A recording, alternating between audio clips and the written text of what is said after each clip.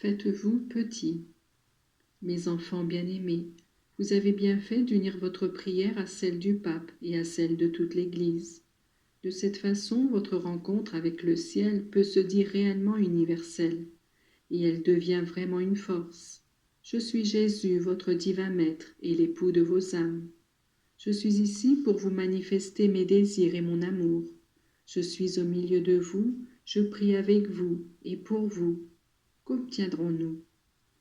Vous rappelez-vous ce qui arriva un jour dans la maison de Pierre? La belle-mère de Pierre était malade. J'allai chez lui et je la guéris. Elle se leva de son lit et commença à servir tout le monde. Et avant le soir, de nombreux malades vinrent dans cette maison et tous furent guéris. Vous êtes venu ici et vous m'avez fait remarquer vos défauts, vos préoccupations, vos maux.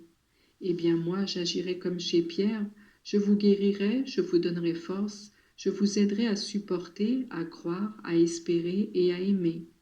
C'est tout cela que je ferai avec vous, et je vous consolerai.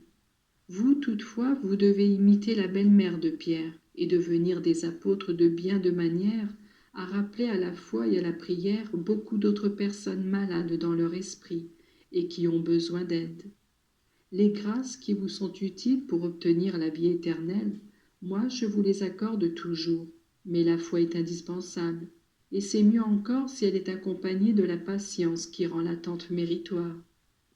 Lorsque les âmes adhèrent pleinement à ma volonté, elles trouvent bonheur et paix. Leur cœur devient un nid où je trouve refuge et où j'agis en maître.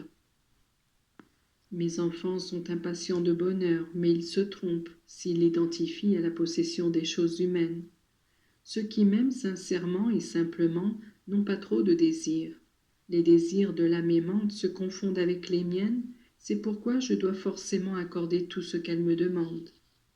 Celui qui m'aime vraiment se fait petit, et à l'exemple de ma maman, il pratique cette enfance spirituelle par laquelle il devient comme un petit enfant dans les mains de Dieu. J'aime vous montrer l'image de Marie enfant que vous fêterez dans quelques jours, et vous dire aimez la simplicité, l'humilité. Aimez annihiler votre moi afin que Dieu triomphe en vous, comme il a triomphé et resplendi en Marie très sainte. Je voudrais aussi qu'en son nom et par sa grandeur et sa puissance, vous puissiez vaincre toutes les tentations qui sans cesse troublent votre esprit. Voilà pourquoi, une fois encore, je vous invite à invoquer Marie dans chacune de vos peines. Quand vous invoquez ma mère, les saints du ciel ont un tressaillement de joie, parce qu'ils voient renforcer la certitude de votre salut. Les âmes du purgatoire ressentent un soulagement particulier de leurs peines, et elles prient pour vous. Et si dans les damnés de l'enfer, il pouvait y avoir place pour le regret, ce serait de n'avoir pas su utiliser un moyen de salut aussi facile et aussi sûr. Si dans le monde on invoquait ce nom plus souvent, avec plus de foi et de ferveur, que de malheurs seraient évités. Elle, la mère des hommes, la nouvelle Ève, implore du Père miséricorde pour tous, et lui présentant les mérites de son Fils, elle sait l'émouvoir en faveur des pécheurs et des malheureux. Dans vos tribulations, ne laissez jamais manquer la présence de Marie. Invoquez-la comme céleste infirmière auprès des malades de vos hôpitaux. Et vous, mes filles et mes épouses bien-aimées, qui passez quotidiennement dans les salles où la souffrance apporte souvent tristesse et désespoir, apportez le sourire de ma maman et sa charité.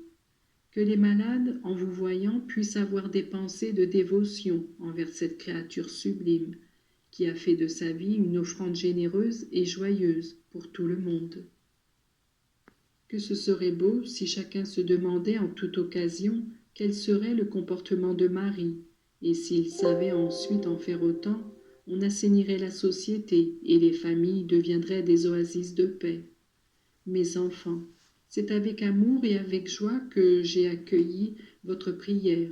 Elle est montée comme un parfum d'encens au cœur de Dieu. Lorsque vous la renouvellerez dans vos communautés et vos familles, je serai encore avec vous, et à vos demandes je répondrai par un accroissement de grâce et d'amour. Maintenant je vous embrasse tous, un à un, que mon cœur soit votre demeure.